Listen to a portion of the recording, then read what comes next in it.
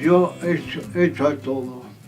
En el campo hacía de todo. Después vino la obra, estuve en almacén, estuve aquí en el poblado.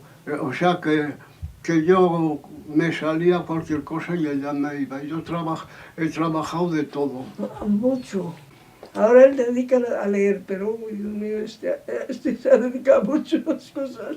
Otra Porque cosa, cuando vemos que el trabajo del campo te producía poco, vino una obra, pues él se colocó donde pudo. Las primeras torres que se ven tan altas, ya fue él con los topógrafos. Y después que venía a la mediodía de los topógrafos, a Segar, la carretera arriba a Segar. bajábamos a de Tajo y allí llegaba el dueño, el que llevaba aquello, decía, si termináis esta torre antes de mediodía, os pago un café a todos. Sí. Nos pagaba café a todos, nosotros ganábamos un duro que valía el café y él se ganaba a lo mejor 10.000 pesetas por adelantar el trabajo de la torre. Pero la vida es así. A regar iba yo 2 veces por semana, Sí. 4 kilómetros por allá, al alto de la dehesa de Pereña. Madre mía. A las 3 de la tarde toda la carretera arriba. Y a meterte en una charca y a sacar agua.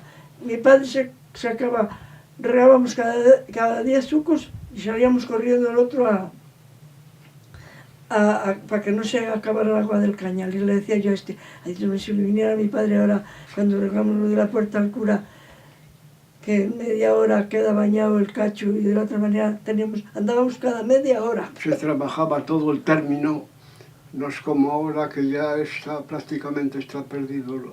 El campo está abandonado por completo. Es que este pueblo era muy bonito antes, Maja. Llegabas allá arriba al Cebadal, que le llamamos, y era todo, cuando por allá arriba estaba todo seco, todo verdito, todas las viñas, pero había que cavarlas. Yo, ¿sabes? Ya trabajaba para la obra, yo llevaba el reloj de bolsillo que teníamos, y todo lo que teníamos por ahí más cerca lo iba trabajando, y así me venía, tenía que tener la comida a la hora. Aquí se trabajaba mucho, las mujeres trabajaban tanto como los hombres porque tenían que hacerlo de casa y luego ir al campo. La vida de aquí ha sido muy esclava. Sí. Porque las mujeres para ahí fuera no han trabajado. Yo creo que en Trabanca porque era otra vida, las viñas daban mucho trabajo, porque había que apañar las vides, luego excavarlas, luego cavarlas, luego se te metía la siega encima era un agobio todo. Dicen que se nace más veces. Yo como nazca alguna vez más, yo a cavar viñas no ibas. No me voy a dedicar, no. Es que había que apañar las vides. Y para estar la rochadita allí apañando vides, pero yo era feliz. Tú sabes lo que era.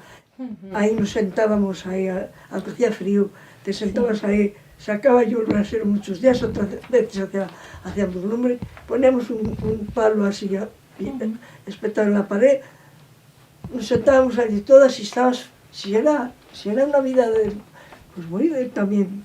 O sea que estabas acostumbrado a eso y vivías tan feliz.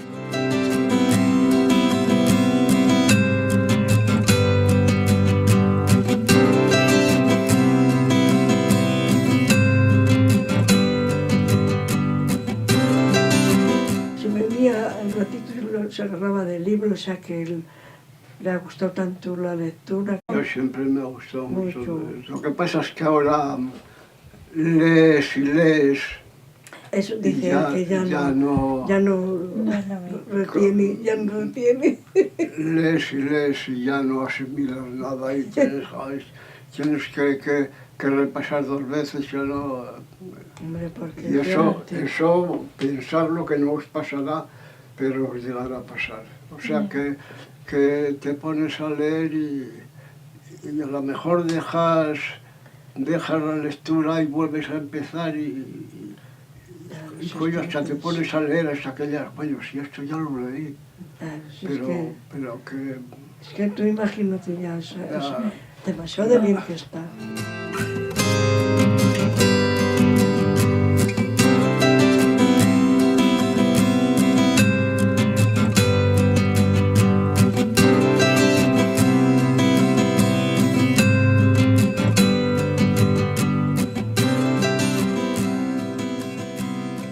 Carnavales se llenaba la plaza de gente de ropa de charra que estaba preciosa. Ay, La sí. plaza. Sentías a toda la gente subir y bajar con las chancas.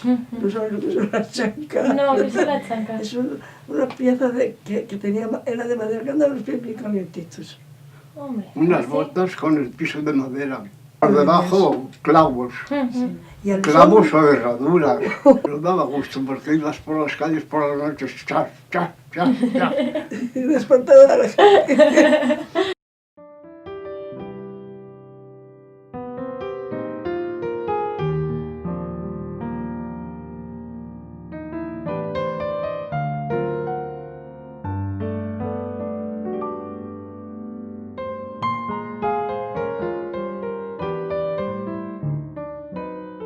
Me acuerdo yo que estábamos bailando en la plaza, yo de eso me acuerdo, que eran una cuadrilla ya de mayores. Pues mira, así fuiste enrollándote, porque es que qué sé yo que te diga. Yo siempre soy de decir que los hombres no se miden por la estatura, se miden por el talento. Ya tantos años que nos acordamos. Pues, Claro. pues yo sí me acuerdo, con él no sé el niño que quieras. Ujú. No, de verdad, yo no podía ser feliz. Para mí él ha sido... Ya lo sabéis, si nos encontramos por ahí en algún sitio, no tratáis de reñir conmigo, ¿eh? No, tú pierdes cuidado que con él no se ríe. Pero mira, 20 veces me casaba yo con él.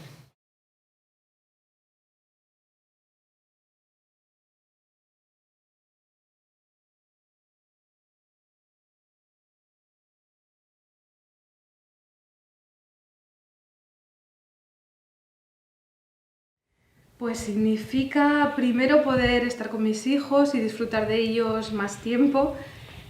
Significa estar en contacto con la naturaleza. Tenemos un huerto, o sea, poder tener una casa como esta, un huerto en el que, vamos, vemos los procesos de la naturaleza, cómo crecen las cosas y los beneficios de ello. Y nos encanta. Así que para mí, desde luego, casi todos son ventajas. Yo me crié aquí, de pequeña, vivía en el poblado de La Rachita, que es un poblado que era para los trabajadores, los empleados de Iberduero en aquella época, lo que es ahora Iberdrola. Y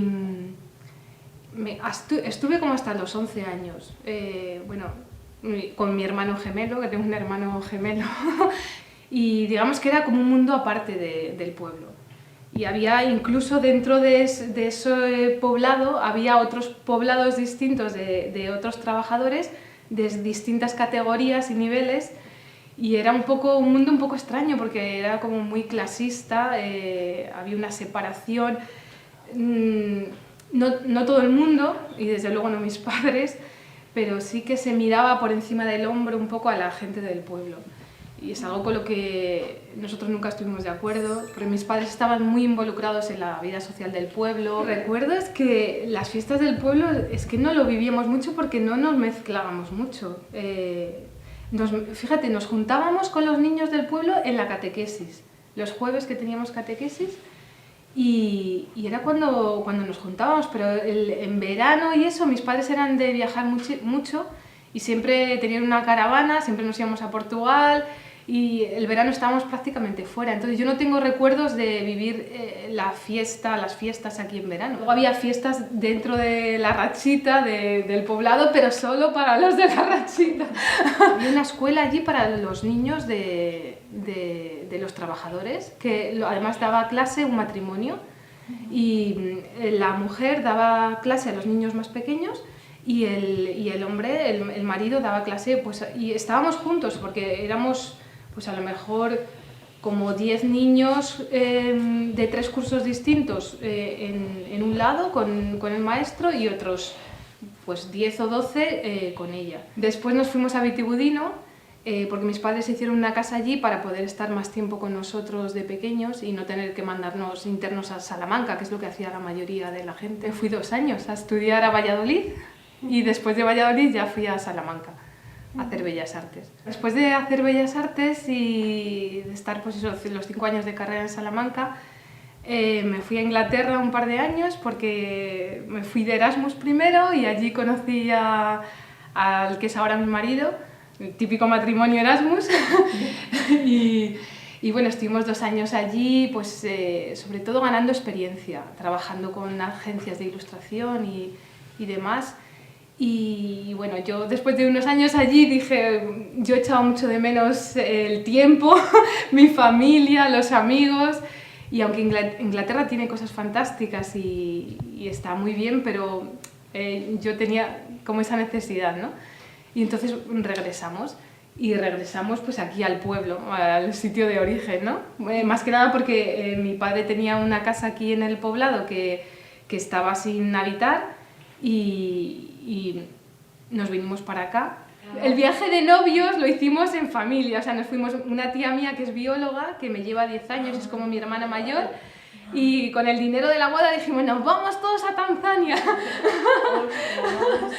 Y fue una pasada, o sea, bueno, ya habíamos estado antes con mis padres en Kenia, y entonces, claro, yo quería llevar a mi marido a Tanzania porque además él es pintor de naturaleza y le apasiona ese mundo, entonces nos fuimos todos de viaje, mis padres, mi tía, y entonces pues eso es algo que nos ha gustado desde siempre. Milagrosamente apareció alguien diciendo, oye, pues esta tierra que la ha querido muchísima gente y el señor nunca la ha querido vender y ahora de repente pues la quiere vender, y bueno, fue o sea, como caído del cielo absolutamente.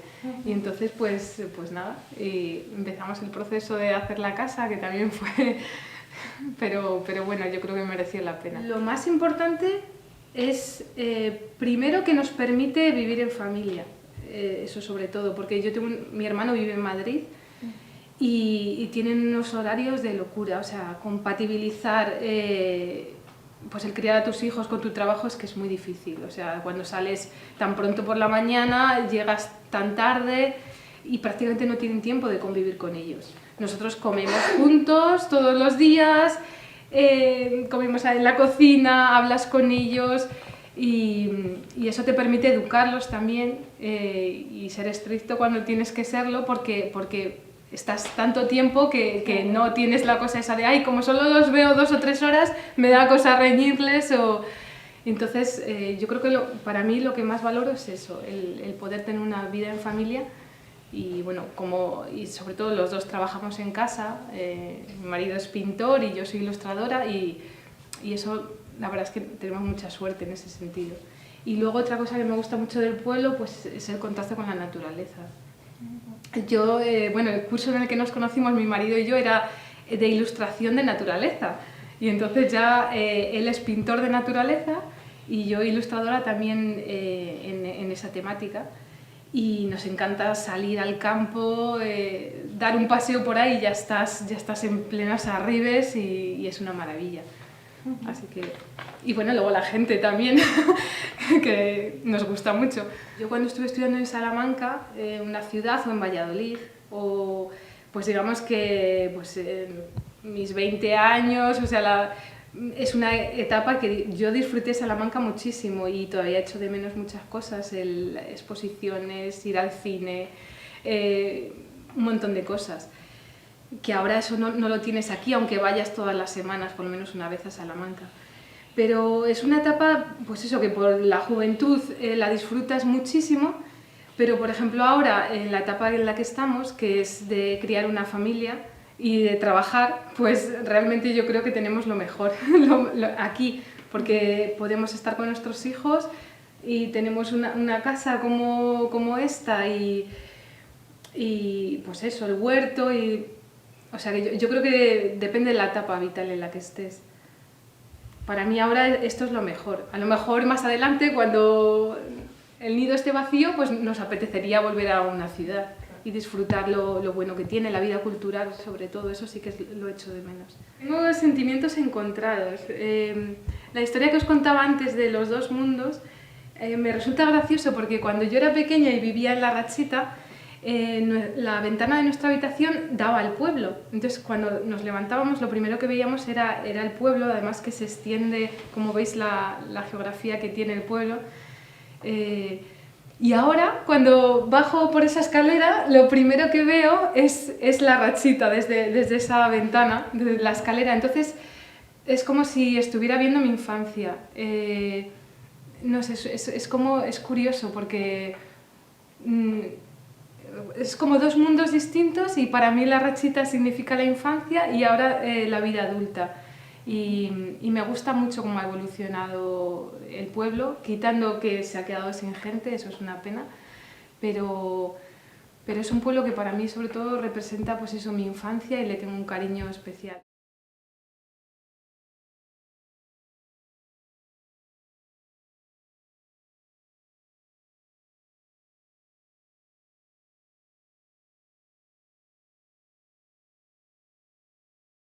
Pues tengo en julio, el día 24 de julio, cumplo 96. Y dedicarme, pues bueno, de 8 años en adelante a la agricultura, coincidiendo más cosas, porque además de la agricultura he trabajado los mimbres, he hecho cestos, he sido barbero, peluquero, he hecho oficios de albañil, de carpintero. Aquí mismo tengo, en la casa esta, tengo cosas hechas por mí.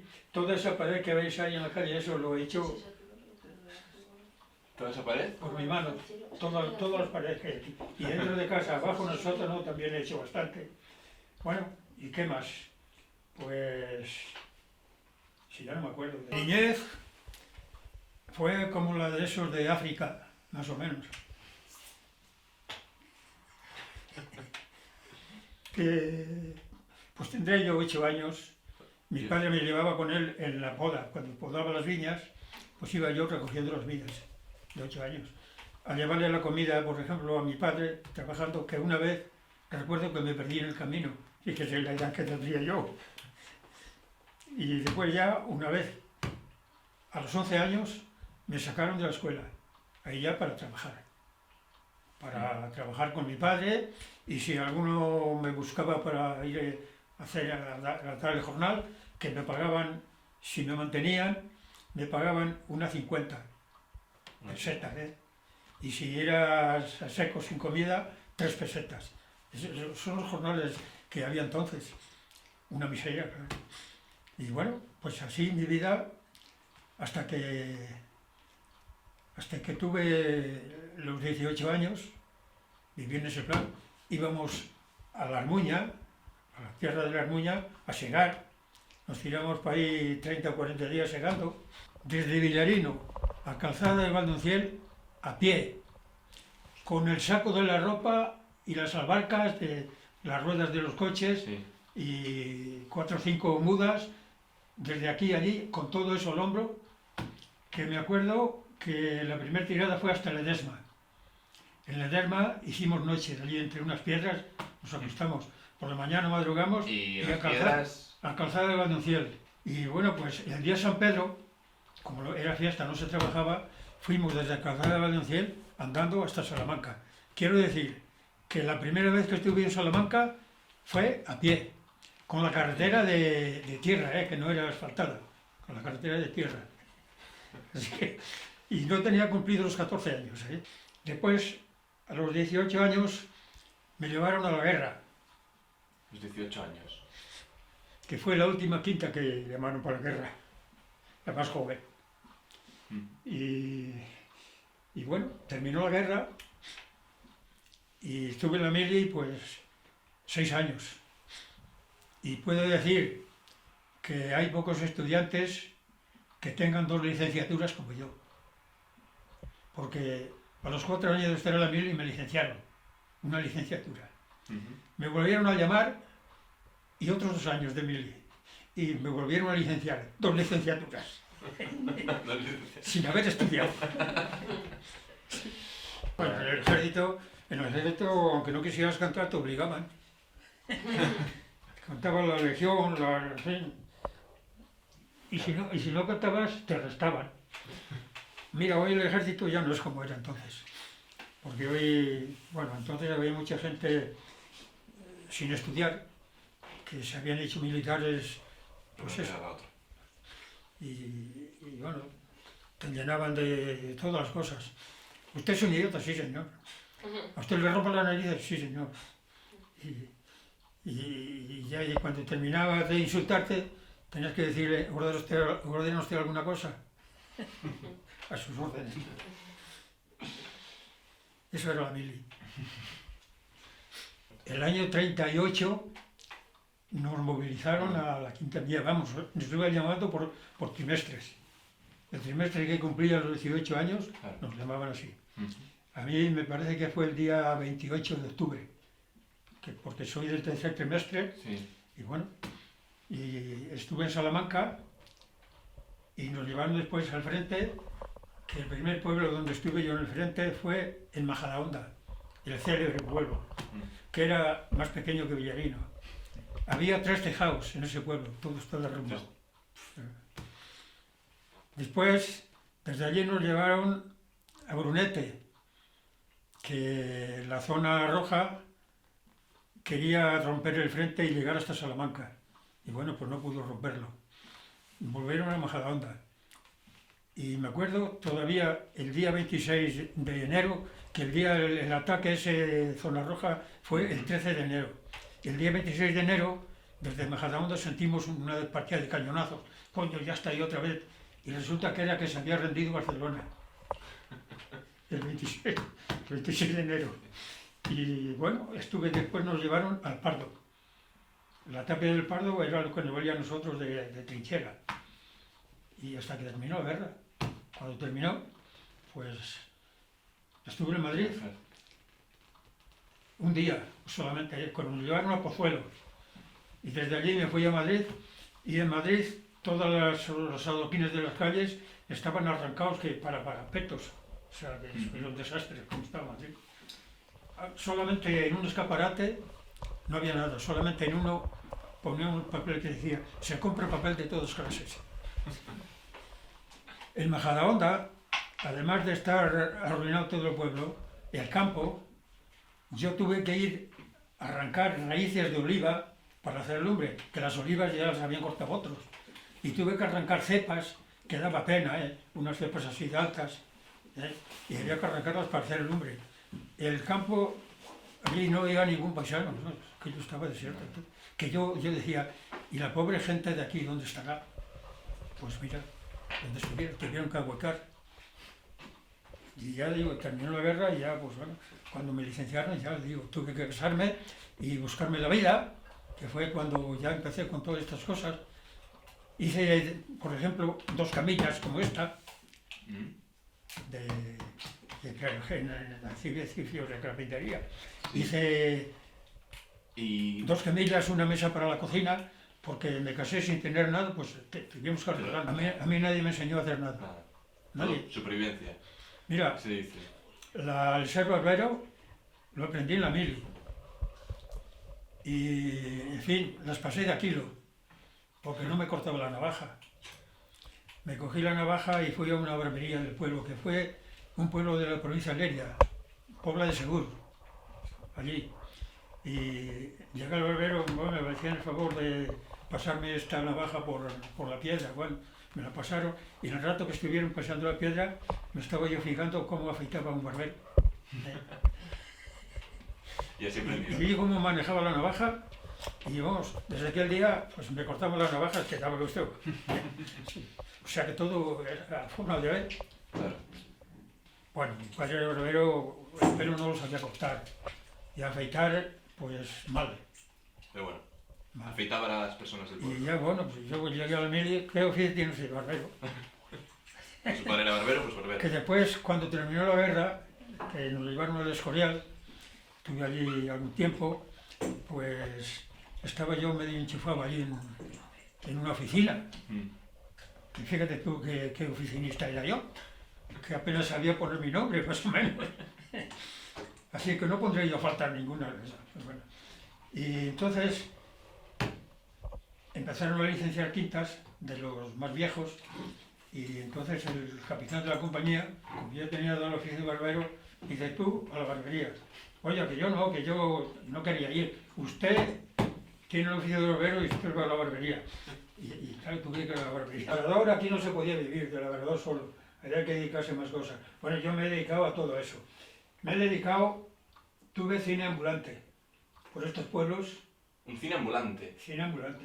Después, cuando ya hubo gente aquí que vino el verdadero a hacer la obra, ya lo hacíamos sin salir de Villarino, en sociedad, con el dueño de un salón de baile que tenía cafetería también. Bueno, pues en sociedad con ese señor, yo me encargué de todos los asuntos de cine, de contratar películas, de empalmarlas, de desempalmarlas, de proyectarlas y de todo eso.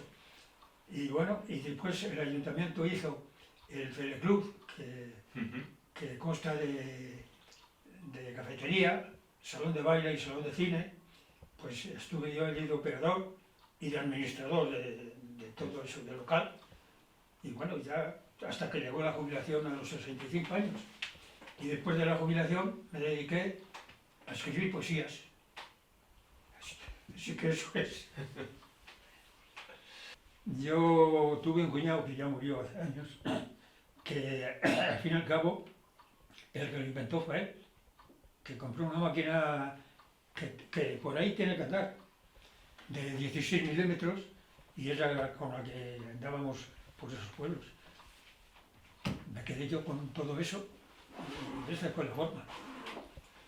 O sea que, y al fin y al cabo, pues oye, fui sacando para poder vivir y poder educar al hijo, y ahí está todo.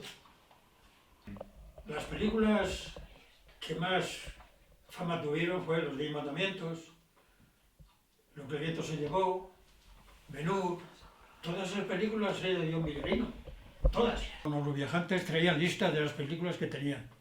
Y entonces tú elegías, pues, esta, que al fin y al cabo casi no te dejaban elegir. Más que, bueno, eso, tantas. Mira, hice yo un contrato con la Metro-Goldwyn-Mayer de 12 películas extraordinarias. Extraordinarias, todas gustaron. Y ya digo, y eran de la Metro-Goldwyn-Mayer que se daban en Madrid, o sea, que es igual. Una vez me dice uno de la obra, dice: bueno, es que claro, aquí no podéis traer las películas que en las ciudades, porque hay una que se llama, ¿cómo era esa película?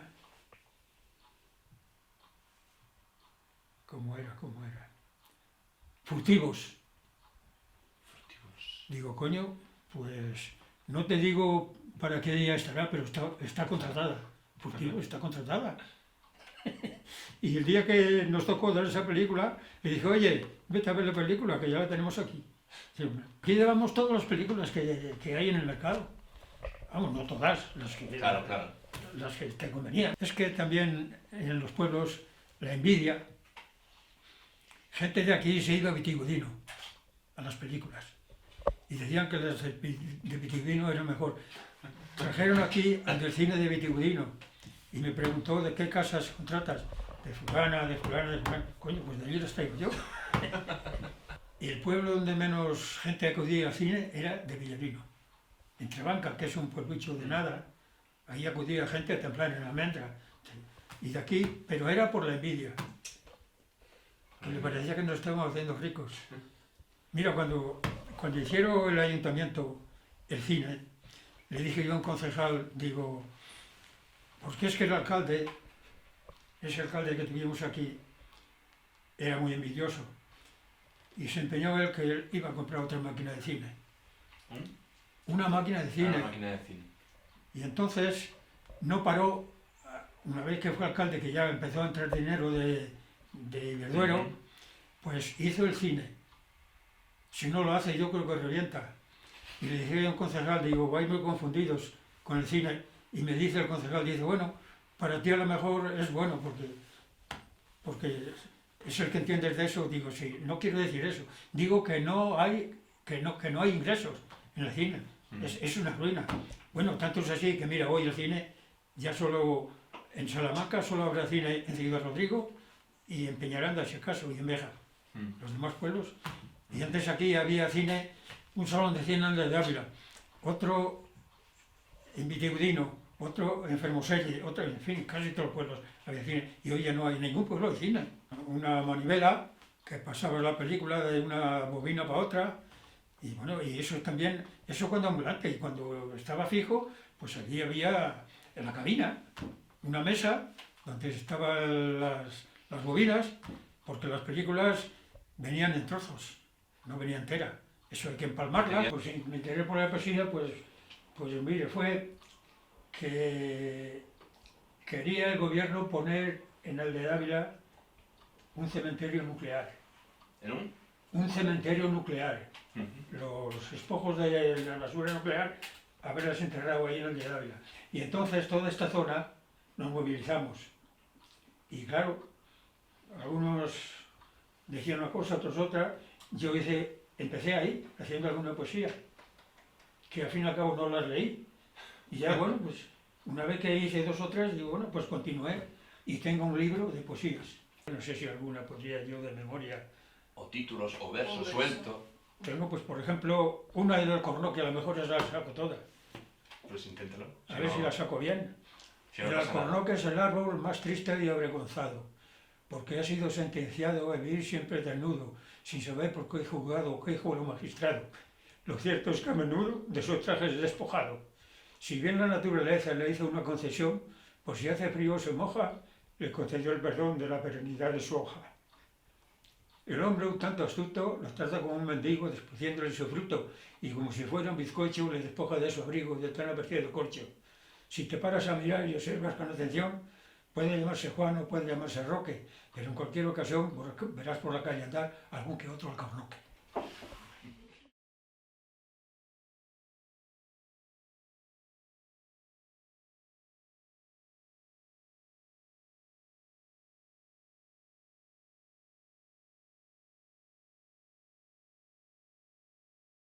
Tengo aquí la mujer, tengo aquí mis hijos, entonces cuando coges un negocio de estos, que es tan sacrificado, porque prácticamente, aunque nosotros casamos los domingos, algunos festivos, son todos los días y es muy continuo, muy continuo.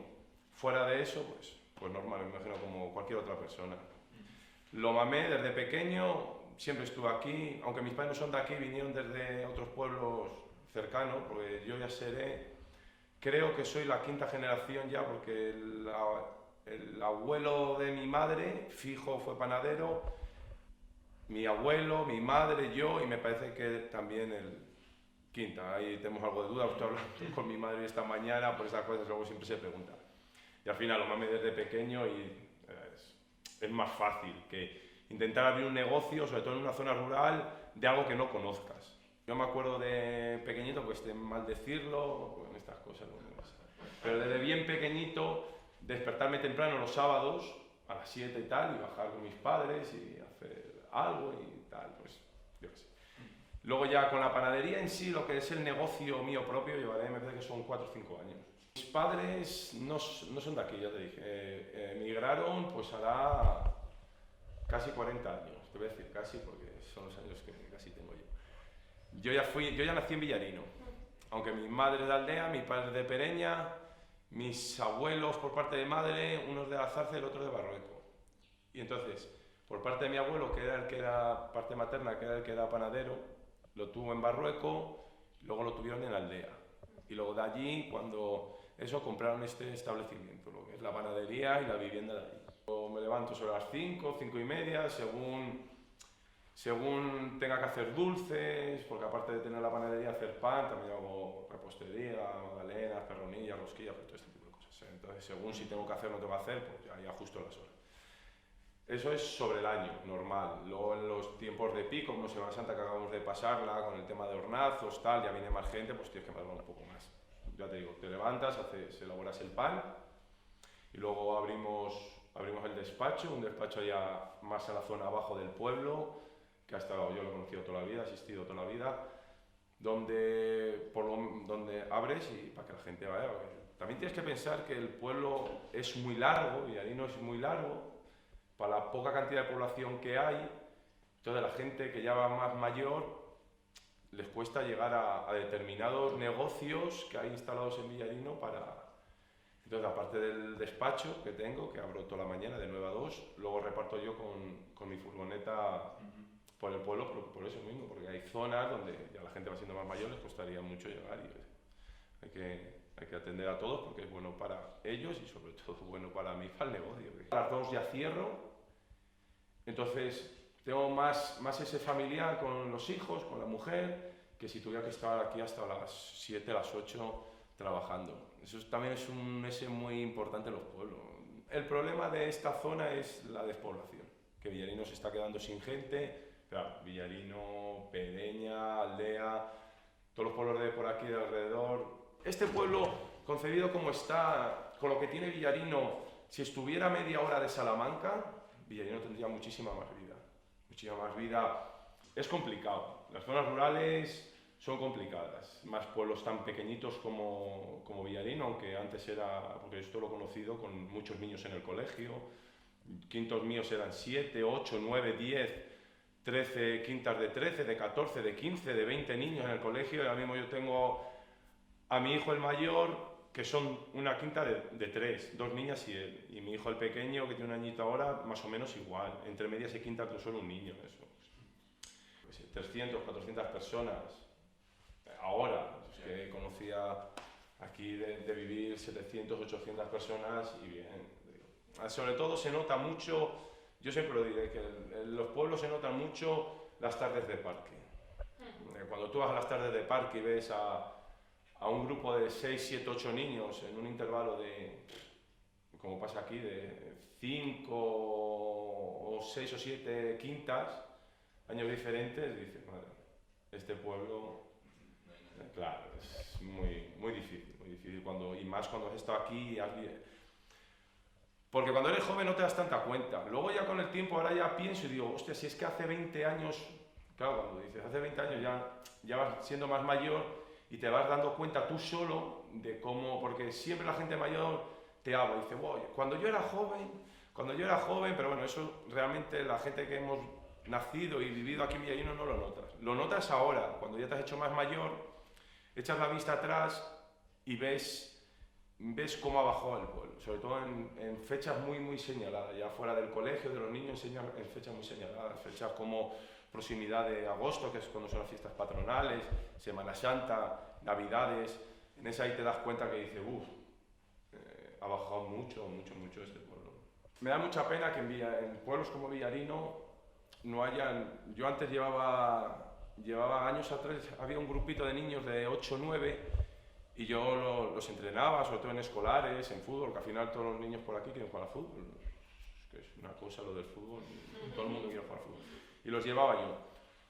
Y ahora mismo, cuando mi hijo ha entrado en años de empezar ya a hacer deporte, pues me encuentro que no puedo, porque simplemente no tengo cantidad de niños con los cuales poder hacerlo. Entonces tuve la determinación de coger a mi hijo y llevarlo a Vitoria un día a Viti, tampoco nada, si él tiene 5 o 6 años los que haga, entonces un ratito, algún partido por ahí en fin de semana, o quieres el pueblo o probablemente te agobie mucho, un pueblo agobia mucho. No es tan diferente la vida en la ciudad como la vida en el pueblo. O sea, al final quedas con los amigos, vas a los bares, vas a no sé qué. Yo siempre he dicho una cosa, que la gente que vive en un pueblo sabe vivir en un pueblo y sabe vivir en la ciudad. Porque todos nosotros, mis generaciones, todos hemos estudiado fuera. Todos hemos estudiado en Salamanca, el que no en Salamanca, en Madrid, el que no en Cáceres, da igual. Todos hemos estudiado fuera y hemos vivido allí. Entonces nosotros sabemos vivir allí y sabemos vivir aquí. Allí nos lo pasamos bien y aquí también nos lo sabemos pasar muy bien. Me gusta Salamanca. Iba poco porque, bueno, yo ya trabajaba aquí, empecé a trabajar con 19 años y ya trabajaba, pero yo cuando estudiaba en Salamanca, hombre, Salamanca, salir por la noche, jueves, viernes, sábados, que es un caramelito. Ir por aquí, por Villarino, encontrarte a un niño de 7, 8 o 9 años o 10 años con la bici por el pueblo, él solo y tal, yo por Salamanca, pero bueno, a veces que me doy el paseo, yo eso no lo veo. O sea, estás en el parque, si hay muchos, pues están siempre con vigilancia. Y parece que no, pero eso es que da una calidad de vida y de tranquilidad brutal. Al final tienen que estar los niños como muy cerrados muy, estoy aquí, ¿no? Aquí, fuera, tal, porque nos da esa libertad. Tenemos esas, entre comillas, esa seguridad de que no vaya a pasar nada que se salga de lo normal. Hombre, nosotros tenemos cosas que las ciudades no tienen.